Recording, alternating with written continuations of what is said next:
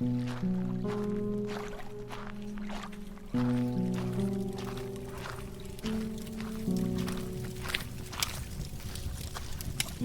travelers, to my realm of nightmares. Allow me to be your personal assistant. Come in, take a seat, get comfortable. For when you step into my realm, there's no stepping out.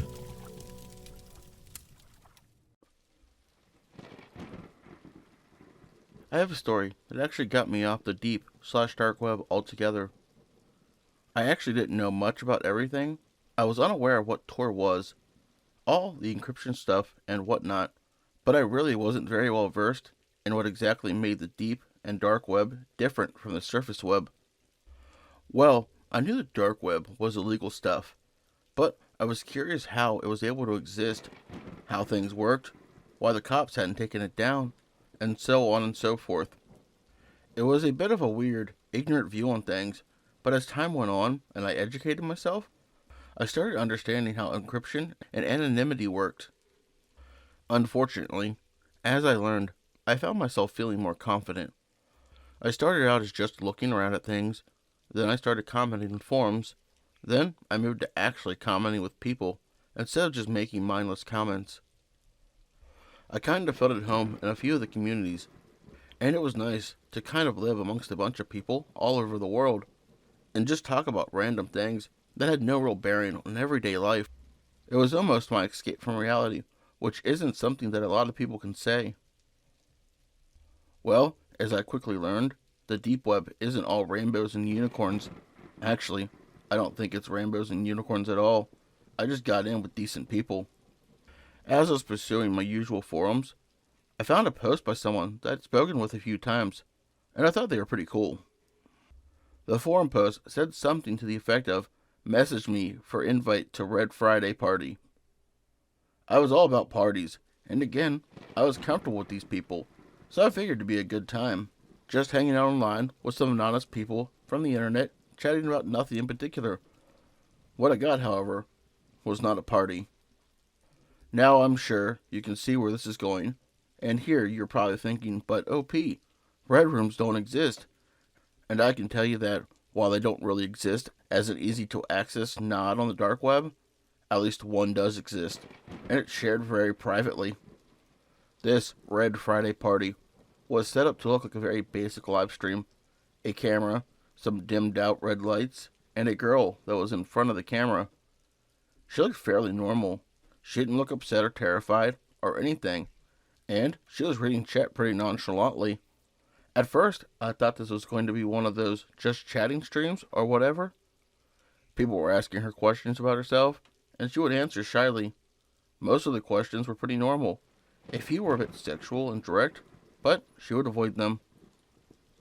After watching her just describe her everyday life for a few minutes, I noticed a timer on the top of the screen that was counting down and was a couple minutes away from 0.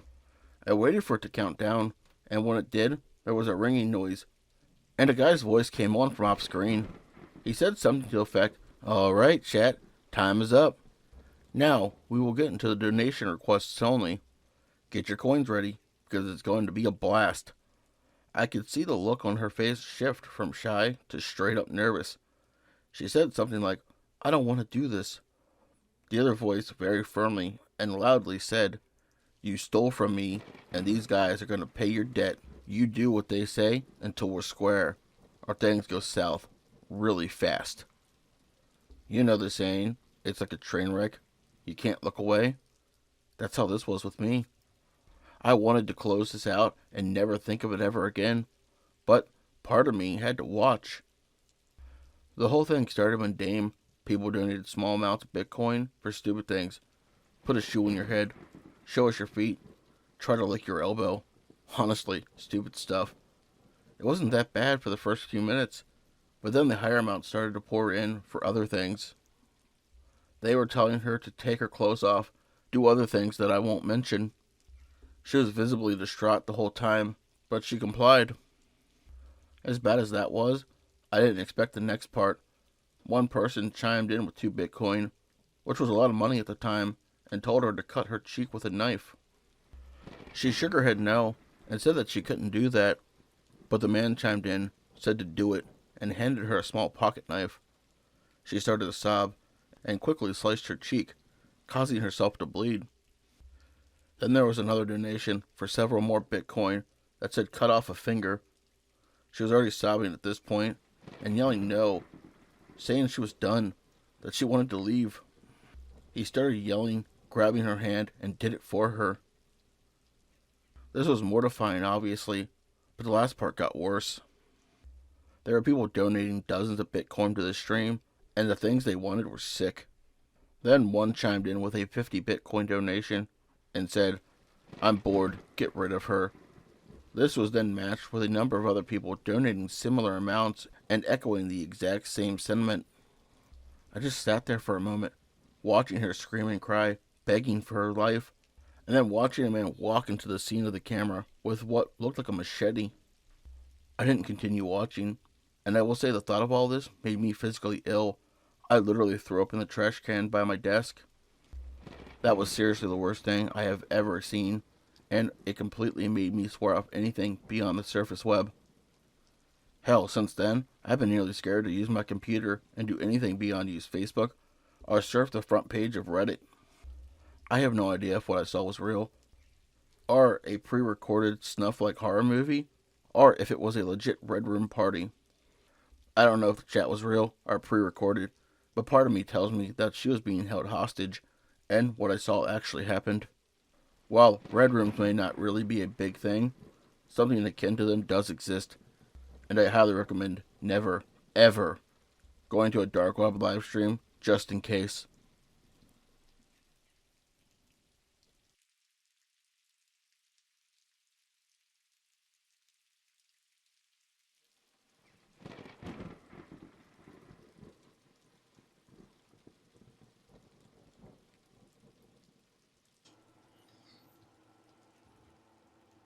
I have an interesting dark web story from a perspective that most people don't get.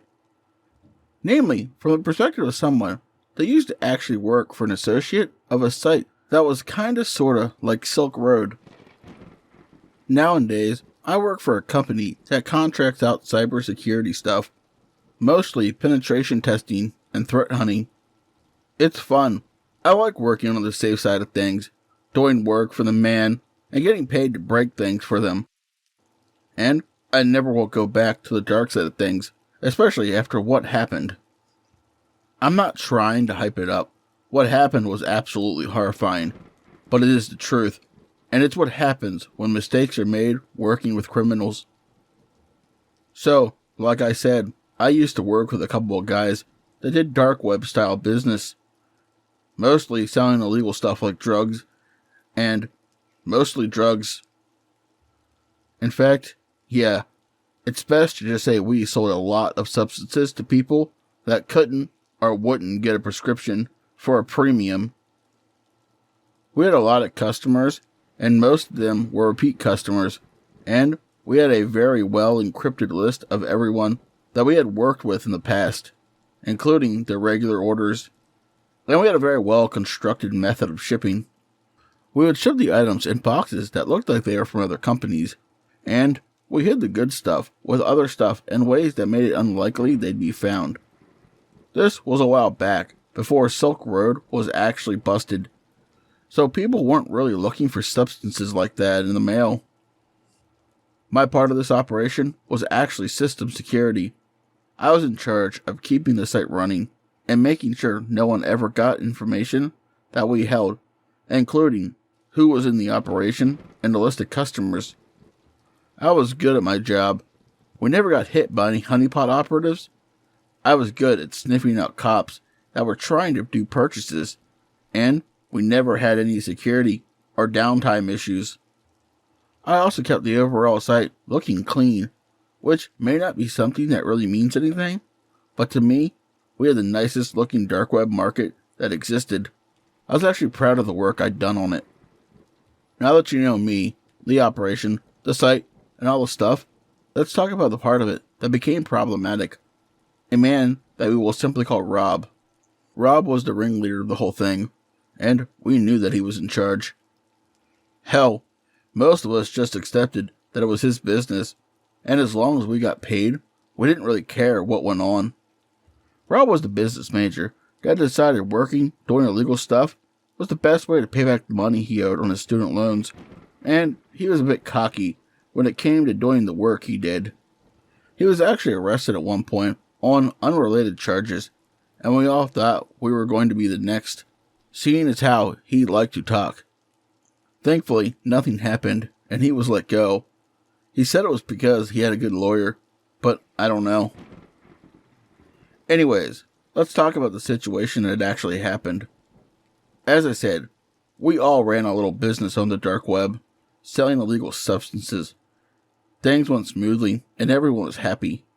That is, until they didn't, and then nobody was happy. Despite all the minor hiccups that did happen, it wasn't a huge deal until we had one specific customer that was very displeased with our services. We're going to call this customer Chris. Chris had a drug addiction, and Chris was probably our most frequent customer. And Chris was also a very aggressive person when it came to communications. I know what you're thinking. Why are you in frequent communications with a customer if you're selling illegal items on the dark web? Unfortunately, it was Chris that was in communication with us. There was always something wrong with his order. I wasn't involved getting the content, the shipping, or the actual business side, so I just kind of ignored the situation. I ran the back-end servers, which included our messaging systems, so I saw all the communications that went on. Unfortunately, Rob, being the hard-headed jerk he was, liked to antagonize Chris when he was being irrational. He would message him, saying that he was an idiot, to not purchase from us ever again, etc. The last time this all went down, Chris messaged back saying that if we didn't get his order right, he was going to go to the cops. There are a handful of things you don't do when you're dealing with people on the dark web, and one of them is starting to contact the police and shut down the operation. When this message came through, Rob sent out a correspondence to all of us saying that this customer was to be blacklisted, and that he'd be contacting people within our markets to make sure he was never sold to again. The problem is, Rob sent this to Chris as well. My guess was that it was to send a message. You mess with us, I'll cut you off. Well, while there are things you don't do to those that operate dark web businesses, there are also things you don't do to irritate drug addicts that know how to use the dark web. The situation went from unsavory to absolute hellstorm. At the time of all this happening, I was actually staying with Rob for a few days due to some personal issues at home. He had turned the back half of his basement into a bit of a spare room and several closets, so I was lucky enough to sleep where my work was. Anyways, I was actually downstairs working on something irrelevant to the situation when I heard what sounded like someone kicking in the door. I immediately ran up to the top of the stairs, but stopped in the doorway to see what the hell was going on. There I see a 6-foot-something guy that had to be north of 300 pounds, standing in the door with what looked like a shotgun in his hands, and Rob on his knees, literally begging this guy not to kill him. I heard Rob call him Chris, which told me all I needed to know. This wasn't going to end well, and I was likely going to be next. I stepped down the stairs as quietly as I could, and went down into the area beneath the steps, basically behind the server closet, and I dialed 911 on my phone. When they answered, I just told them the address and said I needed officers immediately because there was a man with a gun that had just broken in and hung up. I didn't want to give them any of my information since, I'm kind of a criminal. No more than a few seconds after I hung up, I heard someone screaming and a gunshot. I knew what that meant. I waited there until I was certain he had left, and then I did the most cowardly thing I could. I climbed my way up and out of the basement window with my backpack, and I walked calmly to the McDonald's that was pretty much across the street, so I could see what played out. The cop showed up, then the ambulance, then the coroner, and crime scene guys. I listened to the police radio to see if they ever caught the guy. There was actually some crosstalk about the situation, but in the end, they jumped to the encrypted channels, and I lost track of what they were doing. My stay at Rob's house was a very temporary thing, and I had most of my stuff in my backpack, so I wasn't overly worried about them knowing I was there. I did go into cleanup mode with the servers though. They were nuked entirely, so no information was ever pulled. It was a pretty messed up situation, and I really did feel bad for what happened to Rob, but in the end, if you're going to work as a criminal, you have to face the consequences of being a criminal. Did he deserve to die?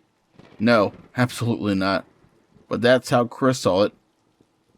So my final suggestion, avoid the dark web. Deep web stuff is fine, it's pretty safe, but do not go down the rabbit hole, because sometimes what you find may be unpredictable.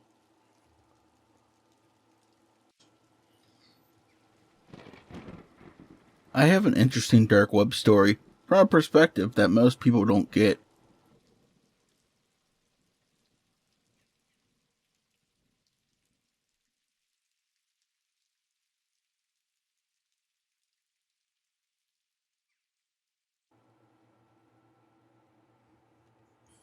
I'd like to preface this story by saying that if you have any curiosities about the deep and dark web, just get rid of it right now. If you're an everyday user and you aren't in the know of how onion routing, encryption, VPNs, etc. work, then use stories like this one to satiate your curiosity. Don't start down the rabbit hole, and don't dig any deeper than you need to. That said, let's go into some backstory. I am a tech nerd 100%. I'm the type of person that was ripping apart old PCs in the 80s and putting them back together just to see what worked with what. Mind you, that was back when I was a kid. I learned all about tech back then, and I took the passion into my adulthood. So, I work in IT, if that wasn't obvious, and I know about a lot of what goes on out there on the net. Now, that's all well and good, and that's all surface web and surface tech level stuff. The question from here becomes, how does being a geek equal dark web horror story? Simple. I've been there. In fact, I've been there probably more than many of these stories that you heard on this channel, and many others out there. I've seen quite a bit, and maybe I'll give you a few more stories in the future. But this one is one that I think is worth telling, mostly because it's honestly terrifying. Back when I was on the dark web frequently, there was one site that I used to venture towards frequently. Obviously, I'm not naming that site because, as far as I know, it's still out there. This site was kind of like a dark web bazaar. You could buy pretty much anything and everything you could really want, and it wasn't terribly expensive. I used to buy things that were less than legal, and I even used to sell some stuff that was also less than legal. Honestly, this site had everything. Substances, weapons, stolen goods. If you wanted it, you could find it there. The dealers had their ratings that would pretty much tell you how reputable they were, and the higher the rating, the better the overall services or quality of what you ordered. Think eBay, but for drugs and other illegal stuff. One day, and one conversation sticks in my mind as probably the most memorable thing that ever happened while I was on the dark web and this particular site. I was browsing the content for the hell of it, seeing what was out there that I may have wanted to blow money on, and I saw an entry that was a bit strange. Girlfriend for sale. Honestly, I thought it was a joke. Maybe someone was selling their old silicone doll and wanted to have an eye-catching title. I went to the page and scrolled down to the description, and it didn't help any more than the title. It simply said, "Selling my girlfriend, message for details." At this point, I felt like I had to message the person, so I did. Here's how the conversation went. Me: I wanted to ask about your girlfriend for sale? Him: alright, what do you want to know? Me: pretty much everything. Him: alright, she's 27, a bit on the thick side. She has black hair, green eyes, freckles. There's more information that he included. He used other words to describe her body type, gave exact measurements, and went into a bit of personal detail on her. I'm not going to put them on here, as I want to keep this story out of the graphic territory. After he told me all this, I obviously knew it wasn't a sex doll. He was legitimately trying to sell a real person. I wasn't sure what to do or say at this point, so I said, go on. Would you like to see her? It may make it easier to see if you're interested. Me, okay. He then sent me a few pictures of this woman, tied up and gagged in his basement. She looked exactly like he'd explained. Her wrists were bound with duct tape, and she had a chain around her neck that looked to be connected to a concrete pillar in the basement. The look on her face was one of legitimate terror. You could tell she had been crying excessively, and her hair was a mess. He then sent me a picture of her and what I'll describe as compromised situations and positions. I won't go into the details, but honestly, it made me want to vomit. When I clicked on this entry on the site, I was expecting it to be a joke, but these pictures and what he had told me had me pretty certain that this was real, and that scared the hell out of me. Then he sent me another message. I have one other interested buyer that's offering $70K cash by next week. If he can get me at least $75K, she's yours. I was so shocked that the only thing I could think to do was ask what her name was. To which he replied, sorry, I can't give out her name in case you would do something stupid, like try to find her or contact the police. I replied with, oh no, I wouldn't dare. I was just curious. His response to that chilled me to the bone. Good, because it wouldn't matter. There's no one that'll miss her. And on paper, she's been dead for a month. I'll do what I can to make my transactions stress-free. That includes my prospective buyers.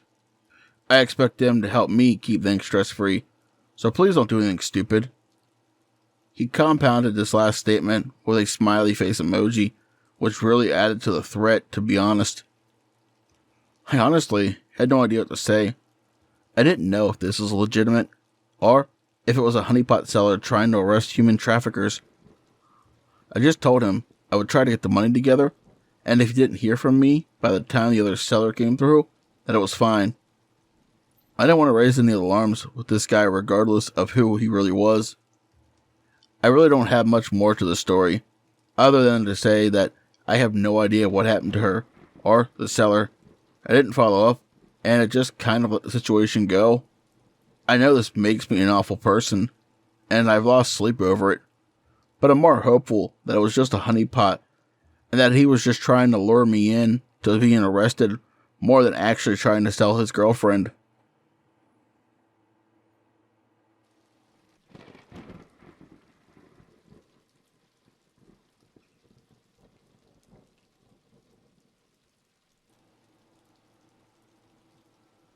This story is going to be a bit technical, and I know that may turn some people off of it. But the technical side is important to know exactly what it is that made this such a weird situation for me. I'm going to try to keep it a bit simplified, so my apologies if the techie in me breaks through. For some background on who I am, I did 2 jobs in my daily life: front-end web development and back-end web connections. The first job has me building out websites for users, and includes both coding of the pages as well as the overall user interface. The second job has me watching server connections and seeing what traffic goes where and who connects to what. The best way to look at it like this: if you connect to a website, you're connecting to a web server, most likely in a data center. Those data centers have routers, internal gateways, load balancers, and a bunch of other devices that most home users will never touch in their lives, and a lot of it does something boring. That being said, most people know what a firewall is, or at least that it filters traffic based on rules. Those rules tell you what you can and cannot connect, and what to do with traffic that isn't specifically laid out, accept or deny. All that technical BS out of the way, My job requires that I understand how connections happen, and that I need to know how to determine where an IP is connecting from. That comes in handy, as I may be able to see an IP in China is trying to connect to our local government's website in Ohio, which typically results in those IPs getting blacklisted. Basically, pinpointing the geographical location of an IP address. It sounds complicated, but a lot of the information is easily accessible, and with a bit of know-how, you can usually get a good estimate of the location. Now, I've dabbled in the dark web a few times, and I like to know what I'm doing. Most of the time, connections on the deep web are encrypted, and it is difficult to find out who is where and what's going on. Most of the time, the people that run the dark web sites don't have much of a connection to the surface web, but it does happen. There was this one time that it ended up on the deep website that wasn't very well built, or at least not very well protected. This site was for Bitcoin transactions and money transfers, and based on what they described, they were used for very specific, very illegal adult content. You would think that they would keep this kind of thing behind good technology, and that you would never have to worry about your data being accessed. Well, you'd be wrong in this case. The site itself had pieces of code that were static, including connections to the static IP address while checking out. Lesson 1 in security: never hardcode anything. Always code with dynamics in mind. Anyways, I pulled what was static in the connections. There were only a couple IPs. One of them seemed not to respond to traffic at all, which I expected, but the other one, that was consistently labeled as home throughout the code, seemed to be a web server that wasn't locked down at all. I connected to the admin port on the server, and to my surprise, the login information was the default credentials. I was expecting the server to be mostly empty, but as I traversed the directories, I was honestly surprised. Looking at what was on the server, this was the server, the one that was running the payment processing for illegal content, and they were storing all their data on this server. There was even an IP access log that was holding on to a list of all the systems that had connected and made transactions over the past 2 years. As I dug deeper into the server, I found something that honestly creeped me out. There was a directory on the web server that was for a school district website. The server that was tracking payments for the site that ran very illegal content was also holding the public surface web-facing site for a school district. Looking at the information that was saved on some of the pages, it was a school district that taught everything from pre-K through 12 and was down south. My initial thought was that maybe this server was hosted by a third party, but after checking the IP address on the geolocator, it was confirmed that this server was 100% hosted on a static IP address assigned to the school district. The school probably had no idea that they were passing Bitcoin transactions for such vile content, but someone there knew, and they were taking full advantage of having access to the servers in a government-funded IP address. I gathered all the information, including how I found the server, what the server was hosting, and how insecure the server was, and took screenshots. I bundled it all up and sent it to the superintendent of the district, advising them that they need to look into who was running their servers. I only ever got one email back, basically saying thanks and that they were looking into it. My guess is that they handed it over to the local police, or they did an internal investigation.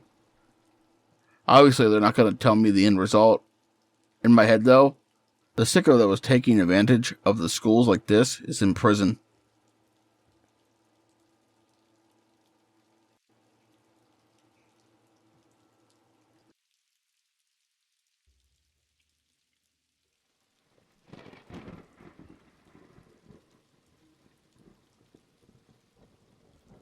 Tonight's stories were 4 deep web stories. If you enjoyed these and you would like to see more of them in the future, please let me know down in the comments section. As always, I'd like to say a special thank you to all my lovely Patreons. 242 reads, Rando Calrissian, Seraphine the Midnight Bard, Creepy Clown Girl, Mia Mina, Philia Noctis, Hair-Raising Narratives, Spooky Boo Scary Story Time, Lycan Trucker, Nathaniel Nelson, and Pimp Demon. If you'd like to join these lovely travelers but I'll light them on fire, you can do so by becoming a Patreon as well. Just remember the support is always appreciated but never expected. Please don't forget to like, comment, share, subscribe, and ding that bell for future content if you're new, as it will really help push this video into the algorithm and helps the channel grow. But as always, travelers, once you step into my realm, there's no stepping out.